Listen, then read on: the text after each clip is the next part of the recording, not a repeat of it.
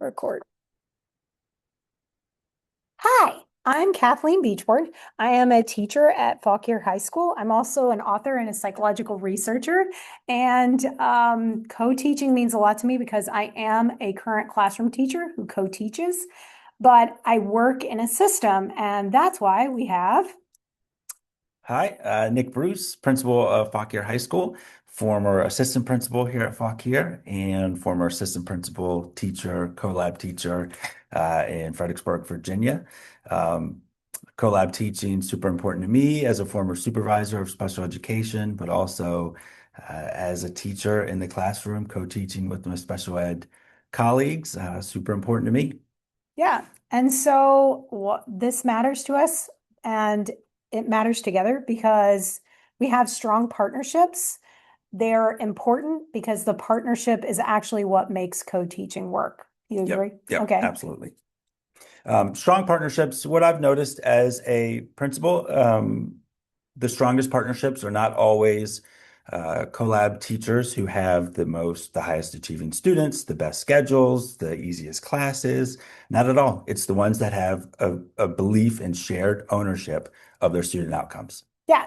So Nick and I have actually worked on this psychological principle, and you'll say that this is making co-teaching work using the IKEA effect. This is actually a psychological principle that strengthens co-teaching teams.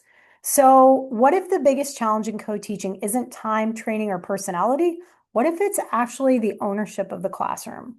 So that leads us to bum ba bum the co-teaching struggles that we have. So I'll let you start, Nick, with like the leadership challenges. Yeah, from a leadership lens, the most common challenges I see across our school here and other schools that I've been at, unclear expectations as to what co-teaching looks like, limited planning time, master scheduling. It's always just so difficult to find that important common planning time.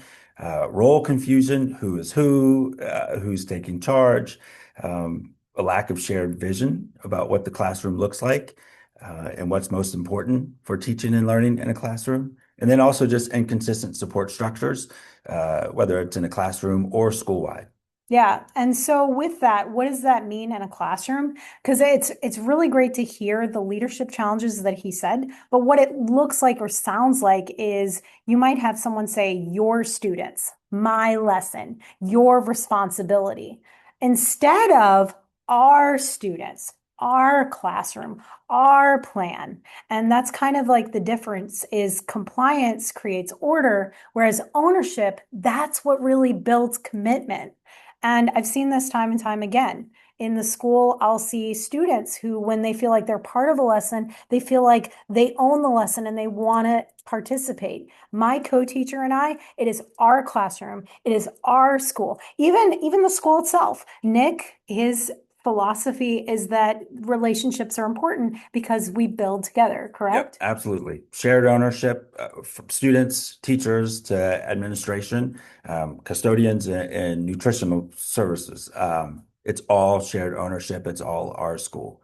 Yep. Yeah. And so with that, some of you, especially with collab teachers going into multiple classrooms, you feel like, well, I'm not the expert in this. Your job isn't to be the expert in that, but in facilitating that expertise to the students with the classroom teacher and showing them new ways to facilitate to help students really grasp what they're doing. So you are a vital point and necessary, just like my co-teacher. She lets me see my content in new ways. Yep. So, with that, this introduces the concepts of the IKEA effect. The IKEA effect, we love this term, coined by researchers from the Harvard Business School. The IKEA effect describes our tendency to place a greater value on the things that we create, taken from IKEA, where you go, you buy the furniture, and then it's your responsibility to put it together. You build it. When you build it, when you put the time, you invest the time, the energy, you're going to care for that piece of furniture so much more. And that's no different than here at school. Yeah. And so when you think about students, a classroom where the rules are just posted, if a teacher just says, here are the rules, they won't necessarily follow them. But if you say, hey guys, let's What are the expectations or rules that we want to set that'll help learning in here? And they help. They're going to follow the rules because they help create the rules. And that same principle applies to us as teachers and in school environment in general. People support what they help create. So if your co-teaching is, hey, I was just assigned to be with this teacher and I just show up, that's not going to be effective. It's the responsibility of the classroom teacher and yourself. One of you needs to take ownership and say, we have to build this together. And so, with that, the IKEA effect, we have the article that we wrote on this principle with resources available here. You can click on it. But ultimately, the hidden threat inside this, we said, is compliance. And that's the assistant teacher trap. Yep. Have you seen that, like Yeah, with teachers? absolutely. Yeah, compliance over cooperation and just a shared ownership. Have seen that. It's not a good look. It's not an effective co-teaching arrangement. Yeah. So for admin or teachers, what does this look like? Like, what can you describe what you see when someone's just an assistant and not really co-teaching? Yeah, it look the students know who is the lead teacher, and Yep. they often treat the co-lab teacher as nothing more than an assistant. When I come into your classroom, I cannot tell who's in charge. Yes. Students, and that comes down to the instruction, the direct instruction. Also, if students need just reminders about classroom expectations and yeah, it can come from both of you, and they receive it equally well from both of you. Yeah. So with his, the question to ask yourself is, would students describe both adults as teachers? If the answer is no, that partnership needs some attention. So, what causes teachers to fall into these roles? So, let's think about it. What are some of the problems? I know one that I've seen is lack of time. Mhm. What about you? Yeah, lack of time, lack of understanding the lesson of the day. Fear sometimes because you're Yeah, like, maybe I'm not a math teacher and I'm going to a math class or a collab class where you haven't experienced the content. I can understand that fear, but your job isn't to be necessarily the expert on the content, especially if you're the special ed teacher. It's to say, how can I facilitate this better? And to meet with the teacher to help with that facilitation, like maybe chunking. And you're good at chunking because you've learned about that and you show the teacher how to do that. There is such value in you taking the time to work together before the lesson happens. And it doesn't have to be in person. That's yep, another thing. It could be digital, it could be through like phone, text, but you should be in communication with the other person. yep, Yeah. absolutely. Okay. So let's talk about survival mode versus partnership mode. Survival mode is, hey, I'm a collab teacher or I'm a classroom teacher and I was assigned this person, and it sort of looks like this. And so I want you to say what side feels more familiar to you. So I'll go over survival and you take partnership. Survival is we divide the test. You do this, I do that. Second one is there's one planner and it's me. I'm the one leading the lesson. I'm like up there doing everything and you're sitting. Or it's compliance, like, hey, I'll just do what she does. Yep, That's not going to help your students. Or they're my students. I need you to help them. And we have assigned roles. You just help with this. You just take attendance and I'll do this. right. Yep. Okay, so what does partnership look like? Partnership mode, and I see it in your classroom and several classrooms around our school. It's shared ownership. It's joint planning, no matter what the schedule is, Or how you do it? yeah, and how you do it. Kathleen and her co-teacher, they don't have the same schedule. Nope. We're in the midst of summer right now, trying to create our master schedule for next school year. They don't have the same planning, and they're going to be just okay because they know how to work together, even without that built-in time. They have workarounds for it. Instead of one teacher leading, both teachers lead, and that's consistent, bell to bell. They both lead. They take turns leading. They do a fantastic job with that. Instead of compliance, it's collaboration. And instead of my students, it really is our students. It's not just my caseload of students or my gen ed students. All students on that roster are shared among the collab teachers. And then instead of assigned roles, it's shared purpose. Yeah, and shared purpose comes from discussing, like, hey, what is it we want to do? And if you're in survival mode and you say, what's the easiest step to help move that needle? What I would suggest is saying, hey, Maybe you don't have common planning. You don't communicate well successfully. The first way to move that needle is to look at the lesson. And if one teacher is starting it, then say, all right, now it's my turn. Here's how I would differentiate this. Here's how I would add this in. And that way you start sharing ownership of the lesson where you both have built in time to take the lesson and take it to another level and make sure that it's differentiated for all students using a UDL method. Because if you're saying, oh, I know this kid needs this, what's the least common denominator for all kids? If chunking works for 5 of the kids in the class, let's chunk it for the whole class. It's not going to hurt them. All it can do is help them, especially if you're a co-teacher saying, I don't know how we're going to get this in and this support and this support. That's one way to do it. So how can we build that partnership together? And how can admin basically support that?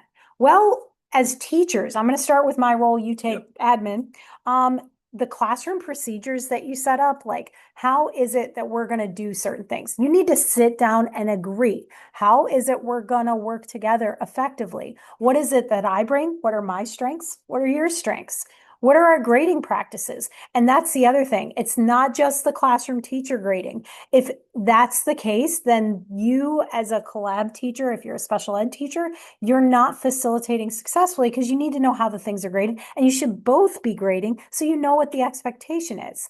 Family communication should be both teachers, not the SPED teacher. It should be both of you taking turns and getting to know the families. Behavior responses, again, it should not be one. We should agree on what is our response, talk about it, but ultimately, one of you will take ownership and talk to the kid because you don't want to tag team them because that's kind of crazy.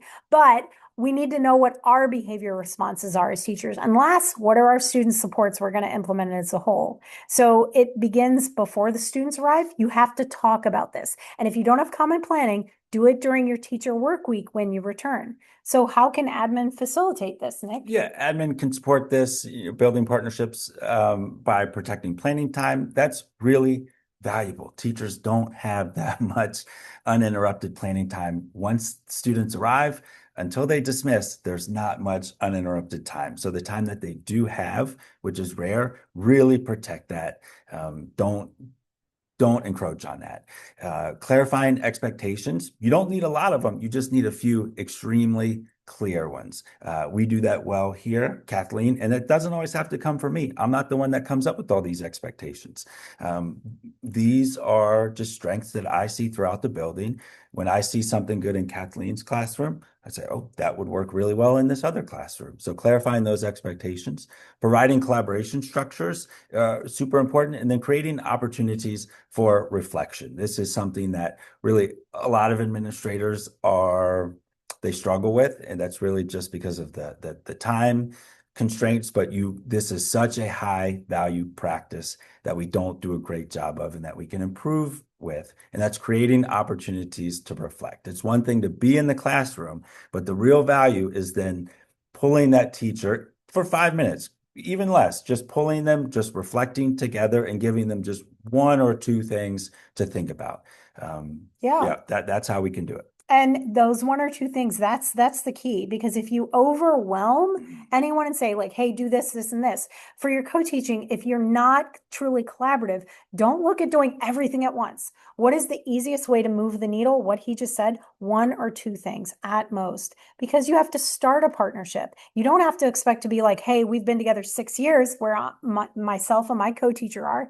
You start somewhere and start with saying, what are our expectations? Sit down together, even if you don't have common planning, like you mentioned. So these are some questions that you should be able to answer as some co-teaching team. So if you have a new co-teacher or one that you're established with and you want to create a better collaborative environment, these are based off of the IKEA effect. And what we're going to do is we're going to like make it so you can pause the video and answer these and share out. So if you're doing this as a whole SPED department, if you're doing it individually, you can share out what are your answers to this. So I'll let Nick go over the questions. Yep. What do we believe about student success? What behaviors are non-negotiable? How will we communicate? How will we disagree professionally? And how will we support one another? Simple questions, but all very important. these questions are the foundation of successful collab classrooms that I see here at our school. Yeah. So again, you can pause this video if you're watching it, and I want you to take a minute to share out. These conversations basically prevent future conflict because you're even planning for conflict because you will disagree at times or see things you don't like. There needs to be a way that you facilitate open communication between each other and also to build a strong team. So pause the video. Great. And if you're doing it on your own, answer it with your collab teacher when you are, and then continue on. Here we go. So, strategy number 2 is to build from being a contributor or to become a contributor and not a consumer. So, what does that look like?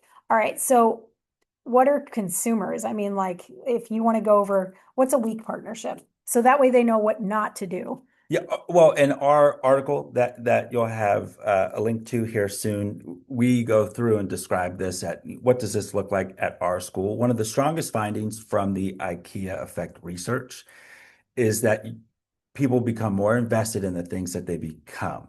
That doesn't just lead to better and more effective systems or processes or just concrete things, it leads to sustained success of those things and very long-term sustainable success that helps improve student outcomes.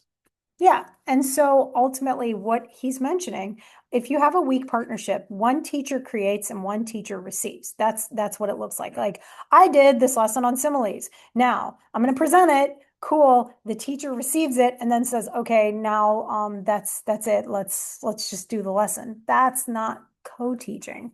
So a strong partnership is you're both contributing. Like I might say, "Here's a simile," and then they say, "Like what kind of similes do you see?" It should be both of you facilitating the learning in a way that helps everyone. Both planning, like if you can't meet once again live, you can create a shared lesson and it doesn't have to be a strict lesson plan, just ideas of what you're doing and how you can both increase the capacity for the kids to learn.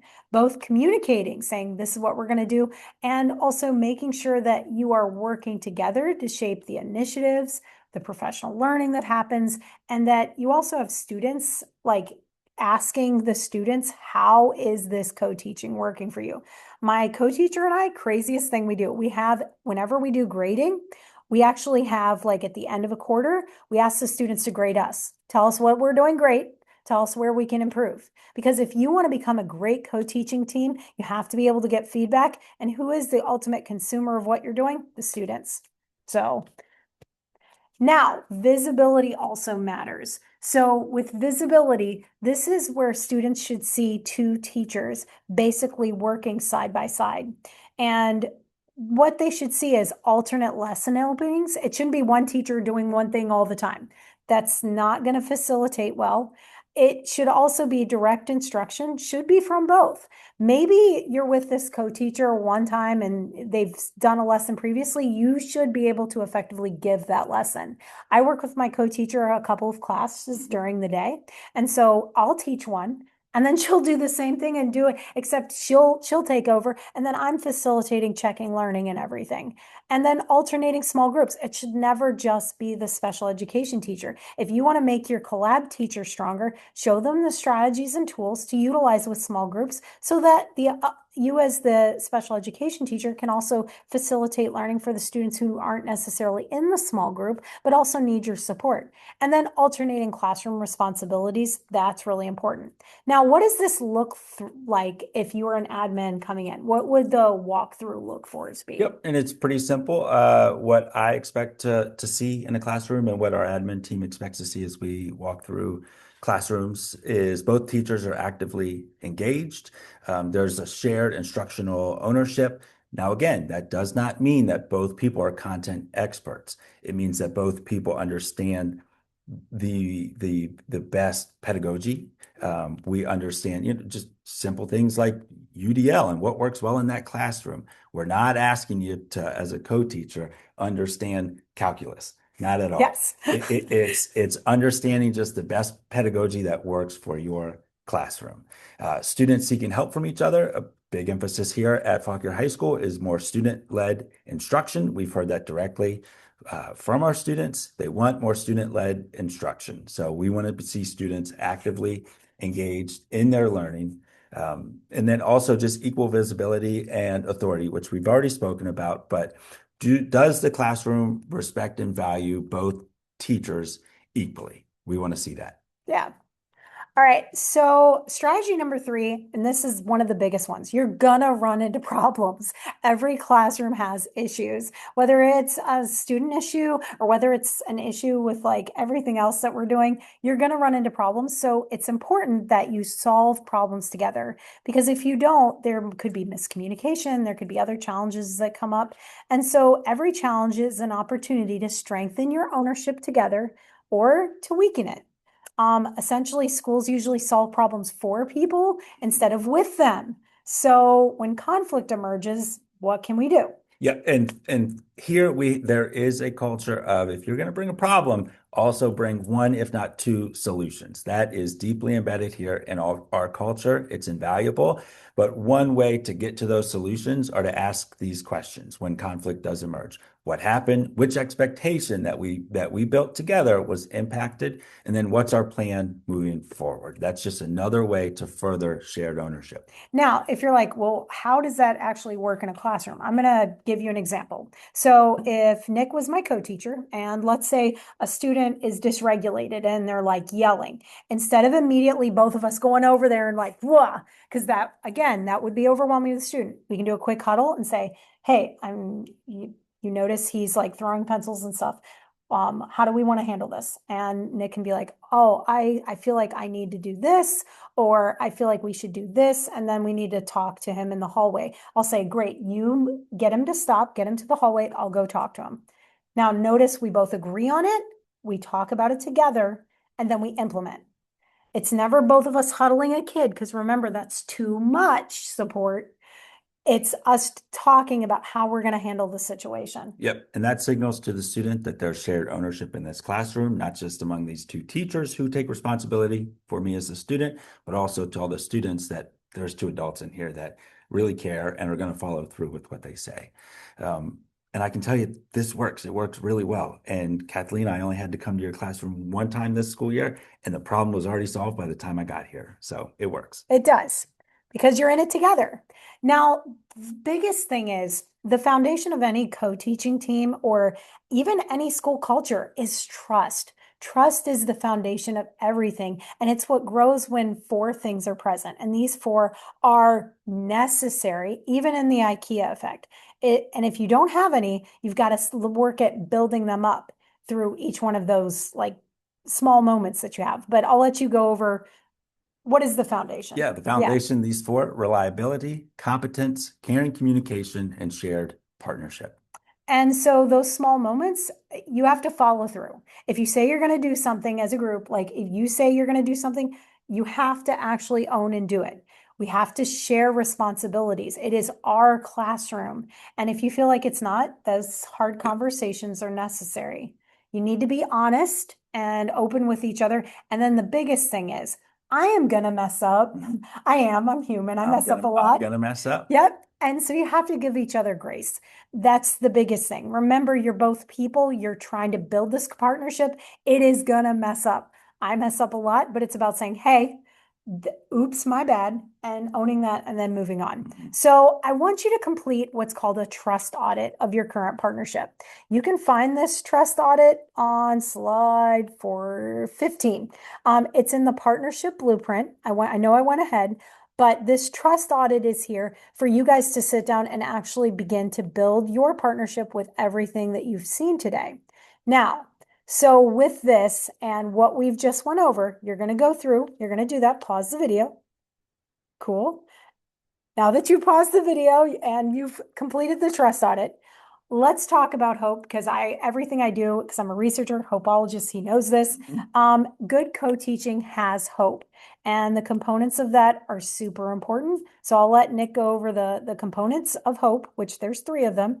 And then we'll talk about what hopeful impact adults have. Yep. And this is again for students and for teachers and for principals. Goals: where are we going? Pathways: how will we get there? And agency: can we even do this? Yeah, and that's what you just did a few minutes ago when you did that co-teaching audit. Strong co-teaching teams, they build all three. So when teachers understand your goal, like this is what we're going to do together, they have a path to get there, or and more than one, you want to have a few, and they actually believe that this is important, you'll see engagement increases and burnout decreases. So co-teaching with the IKEA effect. Essentially, when you use this, it's not just about your team. This is about the whole school and the school culture. Yeah, absolutely. The strongest school cultures are not built for people, they're built with people. The strongest co-teaching teams work the same way. Here at Fauquier High School, we have 163 faculty and staff. Each one is equally important. For department chairs on down to our instructional assistants, everyone is valuable. Students see that. They see that I treat everyone with respect, that our teachers do that. That's a requirement here. And then they do what is modeled to them. It's really built a strong culture here where the IKEA effect is is in operation every single day. Yeah, because we work together through the systems that have been created, the experiences that we have, the leadership. We're both, everyone is expected to lead. And the culture is built from that together. When teachers help build all of these, you become invested and ownership changes the behavior. Because I know when I am leading a true collaborative class, I know it's for the benefit of all students. And so when I am participating as the leader in my classroom, I am acting with the expectation that I expect my students to become leaders. That is what our culture is built upon. It's not just the principal as Mhm. the leader, it's all of us. So, for action planning to go from compliance to ownership, there are certain things you really need to identify and essentially redesign. Biggest thing, only take one action step. What is the one thing you can do to move the needle? It's kind of like right now, we're literally working on our comprehensive needs assessment. It's very similar to this because there's a lot of things that are wrong, but we can't fix everything at once. And I'll let Nick talk about Yeah, that. absolutely. Just identify one system in your current partnership that, and start with what feels like the most like compliance. Start with that one.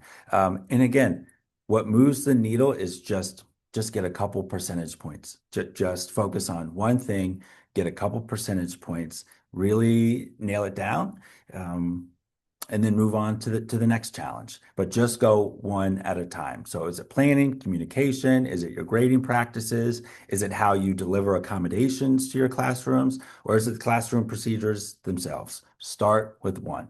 Yeah, and when you start with one, so back to that, remember that your goal is to just be 1% better and even invite your admin in and say, hey, this is the thing I'm working on. I don't feel like we're the best co-teaching team yet, but I'm working on this. And they're not going to ding you because you don't have everything beautifully aligned because they know that growth takes time. So if I say, hey, Nick, I'm working with a new co-teacher and I feel like our grading practices aren't great, will you come in and observe? Absolutely. Exactly, because your admin, they're not just there to just say, hey, I'm here to evaluate you. They're there as your instructional coach as well.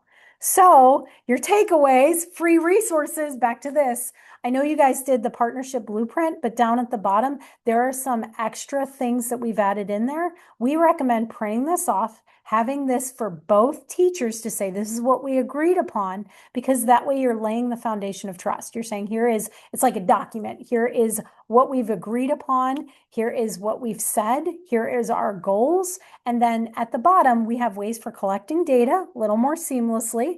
And we also have a system for providing accommodations for everyone through an accommodations chart. It's fire. It's pretty good. So you can scan those with the QR code or click on the links once you download it. And then last but not least, if you want to get in touch with us, boom. We both work at Fauquier High School, as I said. Um, there, that's your email. Yeah, It yeah. really is. Um, please give us 48 hours. I know that I get multiple emails. You get a lot of emails in a day. But if you have questions or you want to know more about our writing, you want to bring us to your school, you want to come to Fauquier High School, Yeah, absolutely. open invitation. Feel free to come by. But thank you guys so much for watching this, and we're always happy to connect. Wonderful. Thanks, everyone. Good luck this year.